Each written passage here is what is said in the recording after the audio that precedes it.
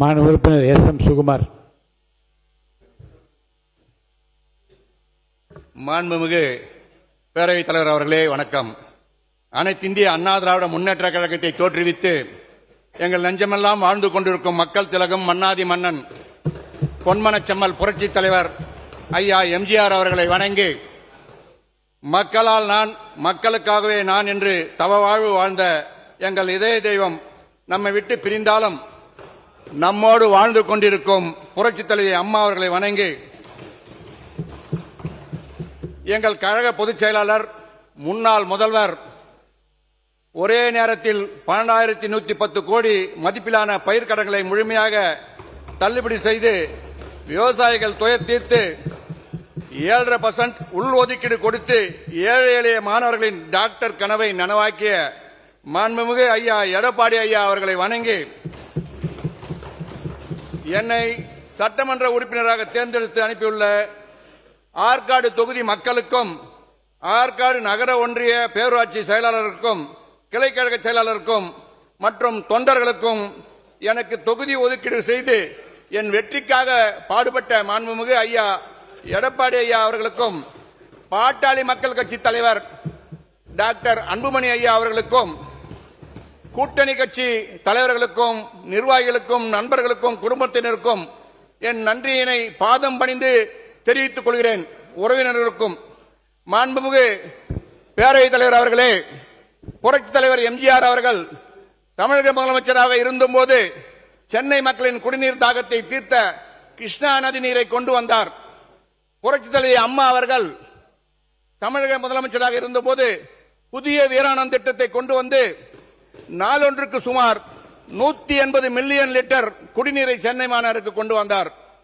சுமார் 60 ஆண்டு காலம் வெறும் கனவாக இருந்த அத்திக்கடவு அவிநாசி திட்டத்தையும், அது மட்டுமில்லாமல் குடிமராமத்து திட்டத்தையும் கொண்டு வந்து பல ஏரிகளின் கால்வாய்களை புனரமைத்து விவசாயிகளின் வாழ்வாதாரத்தை உயர்த்தி காட்டியவர் மாண்புமிகு ஐயா எடப்பாடியார் அவர்கள். வேலூர் மாவட்டத்தை 3ஆக பிரித்து வேலூர், திருப்பத்தூர், ராணிப்பேட்டை என 3 மாவட்டங்களாக உருவாக்கி மக்களின் கோரிக்கைகளை நிறைவேற்றி, அது மட்டுமில்லாமல் வேலூர் மாவட்டத்தில் ஸ்மார்ட் சிட்டி திட்டத்தை கொண்டு வந்த மாண்புமிகு புரட்சித் தலைவர், புரட்சி தமிழர் மாண்புமிகு ஐயா எடப்பாடி ஐயா அவர்களை வணங்கி, மாண்புமிகு பேரவைத் தலைவர் அவர்களே, ஆற்காடு சட்டமன்ற தொகுதியில் ஆற்காடு நகரத்தில் மத்தியில் சுமார் 1000 மீட்டர் ஆற்றுக்கால்வாய் செல்கிறது. அந்த பகுதியிலே காய்கறி மார்க்கெட், பஜார் ஆகியவற்றின் போக்குவரத்து நெரிசல் அதிகமாக இருக்கிறது. எனவே அந்த கால்வாயை drainage with concrete cover slab அமைத்து 2 வீலர் 4 வீலர் வாகனங்கள் செல்ல வழிவைக்க செய்ய வேண்டும் என்று உங்கள் வாயிலாக மாண்புமிகு அந்த துறை அமைச்சர் பாண்டிச்சேரியிலே எப்படி செய்திருக்கிறாரோ அது போன்று செய்ய வேண்டும் என்று பணியுடன் கேட்டுக்கொள்கிறேன். அதோடு மட்டுமில்லாமல் ஆற்காடு தொகுதி புதுப்பாடி கிராமம் மற்றும் அதன் சுற்று வட்டார பகுதியிலே ஆட்சியர் அலுவலகம், மருத்துவமனை, பள்ளி மற்றும் அரசு கல்லூரிகள் செல்லும் பாலாற்றை கடந்து செல்ல சுமார் 20 கிலோமீட்டர் பயணித்து சுற்றி வர வேண்டியுள்ளது. பெரும் பொருட்செலவும் நேர விரையும் ஏற்படுகிறது. பாலாறு அணைக்கட்டு அருகே தரைப்பாலமோ அல்லது உயர்மட்ட பாலமோ அமைத்து தருமாறு கேட்டுக்கொள்கிறேன். மாண்புமிகு பேரவைத் தலைவர் அவர்களே, மாண்புமிகு அமைச்சர் அவர்கள் சென்னையிலிருந்து எங்கள் வழியாக பாண்டிச்சேரி செல்ல வேண்டாமல் மிக தூரமாக இருக்கும். அவர் தயவு கூர்ந்து திண்டிவனம் பாண்டிச்சேரி செல்ல காவேரி பக்கத்தில் இருந்து திருப்பார்கடல் வழியாக அங்கு இருக்கின்ற பள்ளிகொண்ட ரங்கநாதரை வணங்கிவிட்டு அப்படியே வளனூர் வழியாக செய்யார் சாலை செல்லலாம். அதில் ஒரு உயர்மட்ட பாலம் கட்ட வேண்டும் என்று பணியுடன் கேட்டுக்கொள்கிறேன். ஆற்காடு நகரம் மற்றும் அதன் சுற்று வட்டாரத்திலே 10 ஏரிகள், 25 கிராமங்கள் பயன்பெறும் வகையிலே 30 அடி கிராமத்தின் அருகே ஒரு செக் டேம் அமைத்து தருமாறு பணியுடன் கேட்டுக்கொள்கிறேன். கலவை வட்டம் மாம்பாக்கம் பகுதியிலே 7 ஏரிகளை தூர்வாரி புனரமைக்க வேண்டும். திமிரி வட்டத்தில் உள்ள காவேரி ஓடையினை சீரமைத்து தேவைப்படும் இடத்திலே தடுப்பணைகள் அமைக்க வேண்டுமாறு கேட்டுக்கொள்கிறேன். மாண்புமிகு பேரவைத் தலைவர் அவர்களே, ஆற்காடு தொகுதியிலே கலை மற்றும் அறிவியல் கல்லூரி அமைக்க வேண்டும். எங்கள் தொகுதியிலே அரசு நிலங்கள் அதிகமாக உள்ளது. அதை பயன்படுத்தி மருத்துவக் கல்லூரியை கூட கட்டலாம் என்பதை தங்களிடத்திலே பணியுடன் தெரிவித்துக் கொள்கிறேன். ஆற்காடு நகர அரசு மருத்துவமனை பழமை வாய்ந்த கட்டிடம். இப்பொழுது அது மிகவும் பலவீனமாக உள்ளது. மேலும் சிகிச்சைக்கு வருபவர்கள் போதுமான வசதிகள் கிடையாது. முக்கியமாக மகப்பேறு மருத்துவர்கள் கிடையாது, எலும்பு முறிவு மருத்துவர்கள் கிடையாது.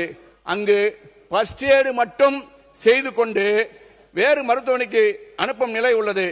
ஆகவே அரசு கண் மருத்துவமனை அருகாயில் அரசு கண் மருத்துவமனை உள்ளது. அது பின்புறம் சுமார் 1,00,000 சதுர அடியில் நிலம் உள்ளது. அந்த நிலத்தில் புதிதாக மல்டி ஸ்பெஷாலிட்டி ஹாஸ்பிட்டல் அமைக்க வேண்டுமாறு தங்கள் வாயிலாக கேட்டுக்கொள்கிறேன்.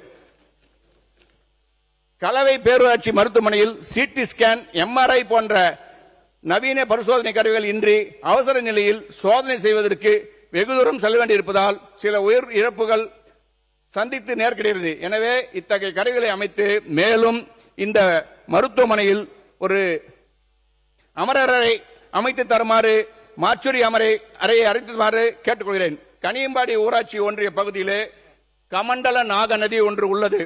அங்கே அணை அமைத்தால் சுமார் 25 ஊராட்சி விவசாயிகள் நிலங்கள் பாசன வசதி பெறும் என்பதை இதற்கு அரசு வழிவகை செய்ய வேண்டும்.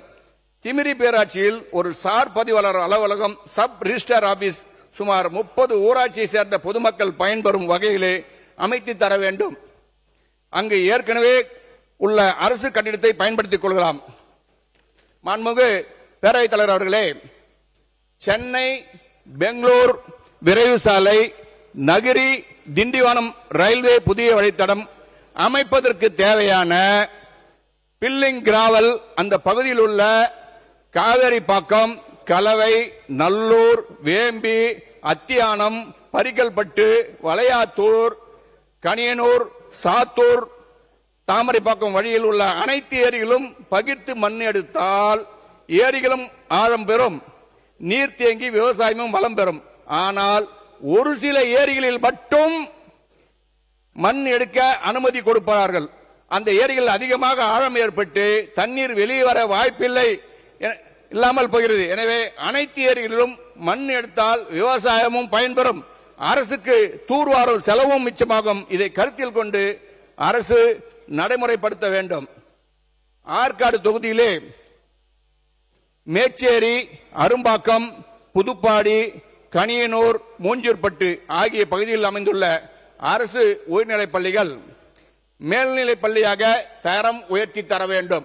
அந்த பகுதியில் உள்ள பிள்ளைகள் அந்த 10வது மேல் செல்ல விருப்பமில்லாமல் பள்ளி தூரமாக இருப்பதால் சூளை போன்ற செங்கல் வேலைக்கு சென்று விடுகிறார்கள். எனவே தங்கள் வாயிலாக நம்முடைய அமைச்சரிடம் கேட்டுக்கொள்கிறேன், தயவு கூர்ந்து அந்த பள்ளிகளை தரம் உயர்த்தி தருமாறு அன்புடன் கேட்டுக்கொள்கிறேன். மாண்புமிகு பேரவைத் தலைவர் அவர்களே, ஒருங்கிணைந்த வேலூர் மாவட்டத்தில் காவிரி ஆற்றை நிரந்தரமாக கொண்டு ஒகேனக்கல் கூட்டு குடிநீர் திட்டம் 2015ஆம் ஆண்டு முதல் செயல்பட்டு வரும் நிலையில் இந்த திட்டத்தை பயன்களிக்காமல் ஆம்பூர், வாணியம்பாடி, திருப்பத்தூர், வேலூர், ராணிப்பேட்டை, ஆற்காடு சேர்ந்த சுமார் 4155 ஊராட்சி நிலத்தடி நீர் மாசடைந்துள்ளதால் அந்த பகுதியில் உள்ள மக்கள் உப்பு நீர் குடிக்கும் நிலையில் உள்ளார்கள். எனவே ஒகேனக்கல் கூட்டு குடிநீர் திட்டத்தை அடுத்த பாகத்தை, அதாவது பேஸ் 3 விரிவாக்கத்தை அரசு செயல்படுத்தி மக்களின் குடிநீர் பிரச்சனைக்கு நிரந்தர தீர்வு காண வேண்டும் என்று கேட்டுக்கொள்கிறேன். ஆற்காடு தொகுதியிலே கம்மவான்பேட்டை என்ற ஒரு ஊராட்சி அனைத்து குடும்பங்களிலும் ராணுவ வீரர்கள் இருக்கிறார்கள். அந்த ஊரில் உள்ள மக்கள் 2ஆம் உலகப் போரிலே கலந்து கொண்டுள்ளார்கள். 2007ஆம் ஆண்டு தற்போதைய மாண்புமிகு முதல்வர் அவர்கள் கம்மவான்பேட்டைக்கு வருகை புரிந்து அங்கு இருக்கின்ற ராணுவ வீரர்களுடன் கலந்துரையாடி அங்கு உணவருந்தி சென்றுள்ளார். அவர்களுடன் உணவருந்தி சென்றுள்ளார். இப்பொழுது தமிழ்நாட்டிலே கம்மவான்பேட்டை பகுதி தான் ராணுவ வீரர்கள் அதிகமாக தேர்வு செய்ய விகிதத்தில் உள்ளார்கள். இந்த ஊருக்கு ராணுவப்பேட்டை என புனப்பெயரும் உண்டு. இவர்களை ஊக்குவிக்கும் வகையிலே இந்த பகுதியிலே ஒரு நவீன உள் விளையாட்டு அரங்கமும் நவீன உடற்பயிற்சி உபகரணம் கூடிய உடற்பயிற்சி நிலையம் அமைத்து கொடுக்க வேண்டும். மேலும் கம்மவான்பேட்டை, கம்மவான் சமுத்திரம் மற்றும் நஞ்சுகொண்டாபுரம், கத்தாழம்பட்டு ஆகிய கிராமங்களை தனி வருவாய் கிராமமாக அரசு அறிவிக்க வேண்டும்.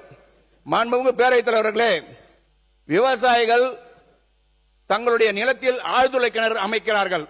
நீர் எங்கு உள்ளது என்பதை தெரிந்து கொள்வதற்காக அந்த பகுதியிலே தேங்காய் உருட்டுவது, கவக்குச்சி கொண்டு தேடுவது போன்ற நிலத்தடி நீரை கண்டுபிடிக்க மிகவும் கஷ்டப்படுகிறார்கள். சில சமயம் அந்த முறைகள் பயனற்று போவதால் விவசாயிகள் பெரிதும் கடனாளி ஆகிறார்கள். எனவே அரசு தயவு கூர்ந்து ஒன்று சேட்டலைட் மூலமாகவோ அல்லது மெக்கர் மூலமாகவோ நிலத்தடி நீர் எங்கு உள்ளது என்பது விவசாயிகளுக்கு இலவசமாக கண்டுபிடித்து கொடுக்குமாறு உங்கள் வாயிலாக பணியுடன் கேட்டுக்கொள்கிறேன். தாமரப்பாக்கம் ஊராட்சி அரசு மேலில் காலியாக உள்ள கட்டிடங்கள் பயன்படுத்தி அரசு தொழிற்பயிற்சி நிலையம் ITI இன்னும் ஒரே பேஜ் தாங்க அமைத்துக் கொடுக்குமாறு பணியுடன் கேட்டுக்கொள்கிறேன்.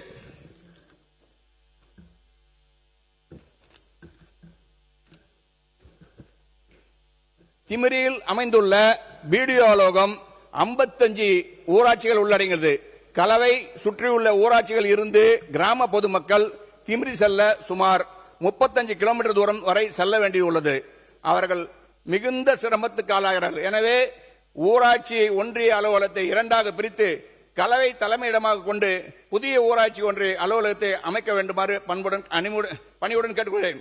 ஆற்காடு தொகுதியில் அரும்பாக்கம், புதுப்பாடி, லாலாவரம், மாம்பாக்கம், வளையாத்தூர் ஆகிய ஊராட்சிகள் அமைந்துள்ள ஆரம்ப சுகாதார நிலையங்களில் போதுமான மருத்துவர்கள் மற்றும் மருத்துவ உபகரணங்கள் கிடையாது. நோயாளிகள் அதிகமாக வருவதால் போதுமான படுக்கைகளும் பற்றாக்குறையாக உள்ளது. எனவே இந்த மருத்துவனை தரம் உயர்த்தி தருமாறு பணியுடன் கேட்டுக்கொள்கிறேன். திமிரி ஒன்றியம் காவனூர், பொங்கனூர், குப்பம், வெங்கடாபுரம் சாலையை அகலப்படுத்தி வேலூர் ஆரணி சாலையில் இணைக்க வேண்டுமாறு அன்புடன் கேட்டுக்கொள்கிறேன். ஆற்காடு மாங்காடு வழியாக குட்டியம், செங்கனாவரம் செல்லும் சாலையை அகலப்படுத்தி ஆரணி ஆற்காடு புறவழி சாலையாக அமைத்து தருமாறு அன்புடன் கேட்டுக்கொள்கிறேன். மேலும் ஆற்காடு நகராட்சியிலே ஆற்காடு தொகுதியிலே ஒரே ஒரு நகராட்சி தான் இருக்குது. மாண்புமிகு அமைச்சர் அவர்கள் தயவு கூர்ந்து அந்த நகராட்சியில ஒரு ஜூனியர் இன்ஜினியரும் இல்லை, அதாவது MEM இல்லை. அங்கு ஒரே ஒரு ஓவர்சியர் மட்டும்தான் உள்ளார். பல பணிகள் நடக்கிறது. நான் பலமுறை சென்று தங்களை நம்முடைய CMD அவரிடம் அணுகி நான் லெட்டர் கொடுத்தேன், எங்களுக்கு ஏதாவது ஒரு அதிகாரியை அனுப்பிவிடுங்கன்னு சொல்லிட்டு. ஆனா டெப்டேஷன்ல ஆர்னிலிருந்து ஒரு ME போட்டிருக்காங்க. அவர் அங்க வருவதே இல்லை. இங்கிருந்து எம்புக்கு போது அவர் அங்கேயே கையெழுத்து போட்டு அமைச்சிடறார். இதுல நிறைய இடர்பாடுகள் நடக்கிறதுக்கு வழி வாங்கி இருக்குது. அதனால தயவு கூர்ந்து அந்த பகுதியில் உடனடியாக ஒரு ஜூனியர் இன்ஜினியர், ஒரு ME போட்டு தருமாறு கேட்கிறேன். அது மட்டும் இல்லாம நம்மெல்லாம் நம்ம தேவைக்கு தண்ணியை பாட்டில் வாங்கி குடிச்சுக்கிறோம்.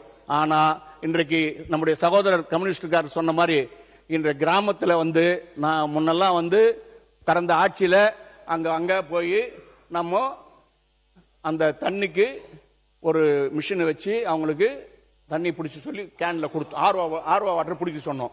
ஆனா இன்றைக்கு அதன் திட்டத்தை நீங்க நிறுத்திட்டீங்க. அது எதனால? அதை மெயின்டைன் பண்றதுக்கு மாசம் உங்களுக்கு செலவாகுதுன்னா தயவு கூர்ந்து ஒரு கேனுக்கு 2 ரூபாய் இல்ல 5 ரூபாய் வசூல் பண்ணிக்கிட்டு அந்த மெயின்டெனன்ஸ் சார்ஜ் பண்ணிக்கலாம். அதனால அந்த திட்டத்தை திருப்பியும் நீங்க நடைமுறைப்படுத்தி தருமாறு. ஏன்னா 2 லட்சம் ரூபாய் தான் அது. அந்த மிஷினுக்கு உண்டான தொகையை 2.5 லட்சம் ரூபாய் தான். அதனால தயவு கூர்ந்து அதை திருப்பி அந்த திட்டத்தை நீங்க கொண்டு வரணும். அது மட்டும் இல்லாம விவசாயத்துக்கு நீங்க மண்ணு தரன்றீங்க, அதே மாதிரி பானை உங்களுக்கு செய்யறதுக்கு மண்ணு தரன்றீங்க. அது எங்களுடைய தலைவர் ஐயா எடப்பாடியார் காலத்திலேயே அந்த திட்டம் பயன்படுத்துச்சு. ஆனா விவசாயத்துக்கு வேற இல்லாத நேரத்தில் அந்த விவசாயிகள் ஒரு சிறிய தொழில் சூளை போடுறாங்க.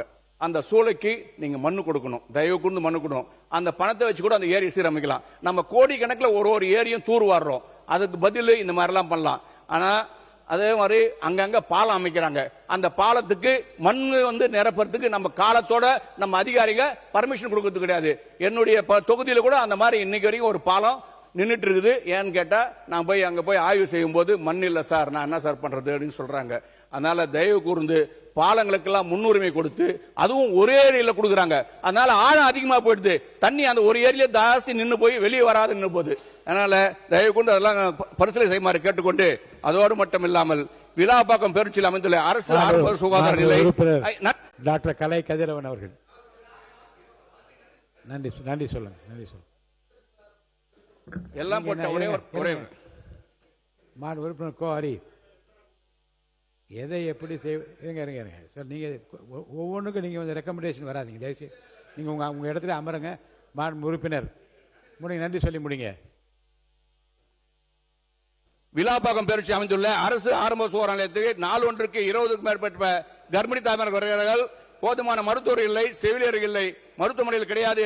மேலும் அந்த வளாகத்தில் புதிதாக ஒரு கட்டிடம் கட்டியுள்ளார்கள். அதை உடனடியாக திறக்குமாறு அன்புடன் கேட்டுக்கொண்டு, பல வரலாற்று சிறப்புமிக்க கொண்ட இந்த சட்டமன்றத்தில் என்னை பேச வாய்ப்பளித்திருக்க மாண்புமிகு ஐயா எடப்பாடியார் அவர்களுக்கும் பேரவைத் தலைவர் அவர்களுக்கும் இங்கு இருக்கின்ற அனைத்து சட்டமன்ற உறுப்பினருக்கும் மாண்புமிகு அமைச்சர் அவர்களுக்கும் என்னோடு இருக்கின்ற என் அருமை நண்பர்களுக்கும் மற்றும் ஆற்காடு சட்டமன்ற தொகுதி சேர்ந்த அனைத்து பெரியோர்களுக்கும் நன்றி கூறி வணக்கம். நன்றி.